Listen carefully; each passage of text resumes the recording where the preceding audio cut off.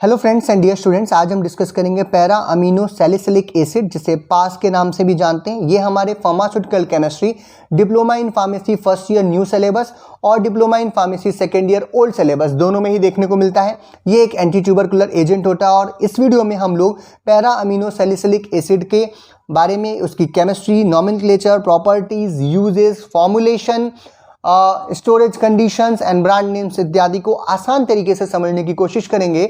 मैं हूं डॉक्टर प्रजन्य शुक्ला। चलिए शुरू करते हैं। सबसे पहले हम बात करते हैं इसके केमिस्ट्री, इसके स्ट्रक्चर और नॉमेनक्लेचर के बारे में। तो जैसा कि हम सभी को मालूम है, ये जो स्ट्रक्चर सामने लिखा हुआ है, अगर हम इसमें यहाँ पर आपका इस NH2 को छुपा लें, इस OH को छुपा लें, तो जो चीज़ बन करके मिल रही है, यानी बेंजीन रिंग के ऊपर अगर COH ग्रुप लगा हो तो इसे हम कहते हैं बेंजोइक एसिड। अगर इसी बेंजोइक एसिड के दूसरे पोजीशन पे या ऑर्थो पोजीशन पे हाइड्रोक्सी ग्रुप लगा हो तो उसे हम क्या कहते हैं, सैलिसिलिक एसिड। और इसी सैलिसिलिक एसिड के जो COH ग्रुप है उसे हम कहेंगे नंबर 1, क्योंकि ये सबसे बड़ा ग्रुप है।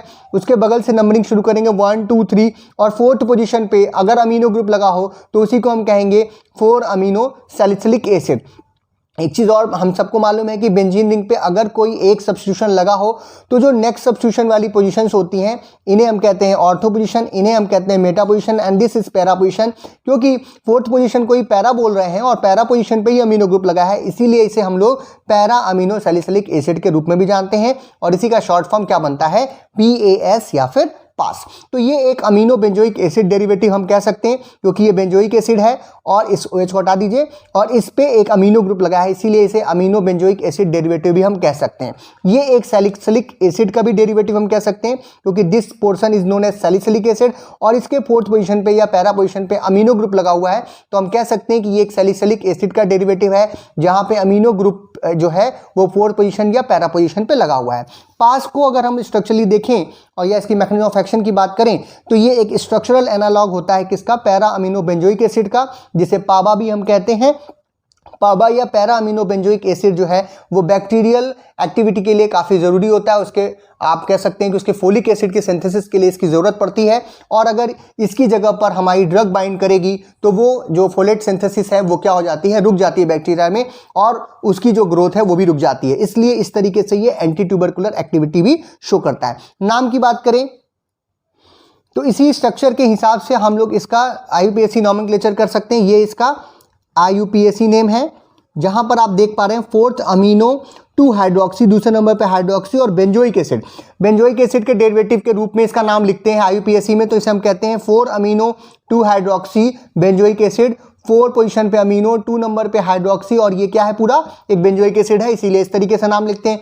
अभी हमने कहा कि 4th पोजीशन को पैरा पोजीशन भी कह रहे हैं और इसे हम सैलिसिलिक एसिड भी बोल सकते हैं, इसलिए एक जो कॉमन नेम है इसका वो है पैरा अमीनो सैलिसिलिक एसिड, जिसे ही शॉर्ट फॉर्म में हम लोग P for para, A for amino और S फॉर सैलिसिलिक एसिड पास के रूप से भी जानते हैं।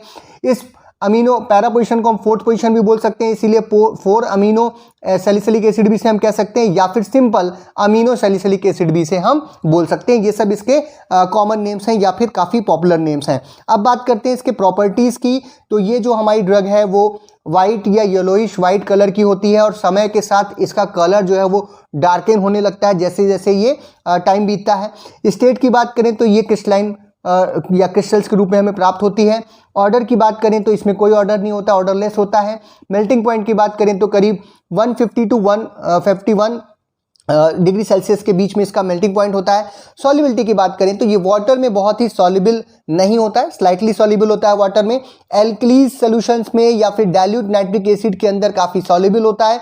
इसकी सॉल्युबिलिटी बढ़ाने के लिए इसे हम सॉल्ट फॉर्म में ले लेते हैं। हाइड्रोक्लोरिक सॉल्ट इसका बना लीजिए, सोडियम पोटेशियम सॉल्ट या सल्फेट सॉल्ट जब इसका बनाते हैं तो उसकी सॉल्युबिलिटी वाटर में क्या हो जाती है, इंक्रीज हो जाती है। टेस्ट की बात करें क्योंकि ये एसिडिक होता है, हम सभी को मालूम है, जैसे कि सैलिसिलिक एसिड के जो भी डेरिवेटिव्स होते हैं वो थोड़ा एसिडिक इन टेस्ट में होंगे, क्योंकि they are the basically they are acids या बेंजोइक एसिड के डेरिवेटिव हैं, तो इनका जो टेस्ट होता है वो एसिडिक होता है। अब बात करते हैं यूजेस की। तो जो हमारी ये ड्रग है इसे हम कह सकते हैं कि ये एक एंटी ट्यूबरकुलर एजेंट है, लेकिन अगर ध्यान से देखा जाए तो ये एक ट्यूबर क्लोस्टेटिक एजेंट होता है। कहने का मतलब कि जो हमारे ट्यूबरकुलर बेसिली हैं या ट्यूबरकुलर जो हमारे माइक्रो ऑर्गेनिजम्स हैं जिनकी वजह से बीमारी हो रही है, उनके ग्रोथ को रोकने का काम करते हैं, पूरी तरीके से उन्हें किल नहीं कर सकते हैं। एक चीज़ और ध्यान देने वाली बात है कि ये आज के समय पर फर्स्ट लाइन ड्रग के रूप में यूज़ नहीं की जाती।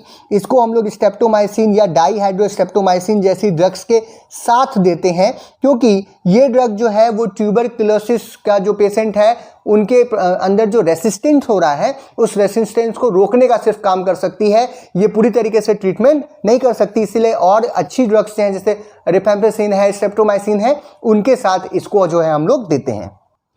इसलिए जो मेन यूज़ है इस ड्रग का वो ये है कि ये डिले करती है रेसिस्टेंट के डेवलपमेंट को to the anti tubercular agent. क्योंकि आप सभी को मालूम है टीबी का जब इलाज होता है तो काफ़ी लंबे समय तक चलता है, 3 महीने से 6 महीने तक दवाएं लेनी पड़ती हैं।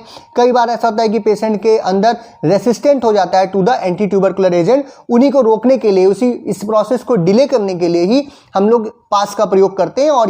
और कई बार ऐसे भी पेशेंट्स को दिया जाता है जिनके अंदर पहले से ही मल्टी ड्रग रेसिस्टेंट है टीबी के लिए, यानी कि जिसे MDR टीबी के नाम से भी जानते हैं, यानी उनमें काफ़ी सारी ड्रग्स हैं जैसे रिफेम्पिसिन है, स्ट्रेप्टोमाइसिन है, वो उनके ऊपर कार्य नहीं कर रही। ऐसे केसेस में भी जो है हम इस ड्रग का प्रयोग कर सकते हैं, पास को हम दे सकते हैं और ट्रीटमेंट जो है वो इफेक्टिवली हम अचीव कर सकते हैं। स्टेबिलिटी और स्टोरेज की बात करें, जैसा मैंने पहले ही कहा कि समय के साथ जैसे जैसे ये एयर, लाइट या हीट के एक्सपोजर में आती है इसका कलर जो है वो चेंज होने लगता है, यानी कि इसमें डिके जो है वो केमिकली या फिजिकली जो है इसमें डिके जो है वो शुरू हो जाता है।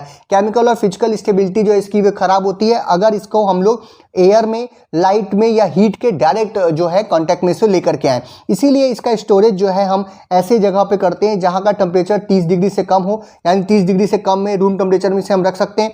दूसरी चीज़, एयर टाइट कंटेनर्स के अंदर इसका पैक करेंगे और इसको प्रोटेक्ट करेंगे कि ये डायरेक्ट किसी प्रकार के भी लाइट सोर्स के कांटेक्ट में ना है। अम्बर्ड कलर के आपके या क्या नाम है जिसमें लाइट पास ना करे, ऐसे कंटेनर्स में आप इसको क्या करिए, पैक करिए। नेक्स्ट बात करते हैं फार्मास्यूटिकल फॉर्मुलेशंस की। तो डिफरेंट फार्माकोपियाज में हमारे पैरा अमीनो सैलिसिलिक एसिड्स के टैबलेट्स, इनके powder, para amino salicylic acid के सोडियम टैबलेट्स या इसके सैलिसिलेट सोडियम सॉल्ट के रूप में, पोटेशियम सॉल्ट्स के रूप में, टैबलेट्स के रूप में, बेंजोइल पास कैल्शियम टैबलेट्स के रूप में, या फिर इनके और भी कॉम्बिनेशन हो सकते हैं। आइसोनियाजिड के साथ इनके कॉम्बिनेशन हो सकते हैं, रिफेम्पिसिन के साथ कॉम्बिनेशन के टैबलेट्स या ग्रेन्यूल्स के रूप में ये हमें देखने को मिलते हैं। ब्रांड नेम्स की बात करें तो मैं कुछ ब्रांड नेम्स ऐसे लूँगा जो कि आपके आसपास अवेलेबल हैं। जैसे ये तो ग्लोबल ब्रांड है इसका डेप्सासिल, जिसको आप देखने काफ़ी फेमस है पास का, और जैकब फार्मास्यूटिकल्स जो है शायद US की फार्मास्यूटिकल कंपनी है जो कि इसको बनाती है। लेकिन अपने आसपास अगर हम इंडिया की बात करें तो यहाँ पर ये मोनोपास जो कि सोडियम अमीनो सैलिसिलेट के सॉल्ट के रूप में मिलता है, सोडियम सॉल्ट के रूप में मिलता है इसका, जो कि मैक्लाइड्स फार्मास्यूटिकल बनाती है। पिछले वीडियो में भी मैंने आपको बताया था कि मैक्लाइड्स फार्मास्यूटिकल्स जो है वो एंटी ट्यूबरकुलर एजेंट्स बनाने में शायद भारत की सबसे बड़ी कंपनी है। डिफरेंट एंटी ट्यूबरकुलर एजेंट्स जो है मैक्लाइड्स कंपनी बनाती है। दूसरा हमारा एक और पॉपुलर ब्रांड है जिसे हम कहते हैं क्यूपास।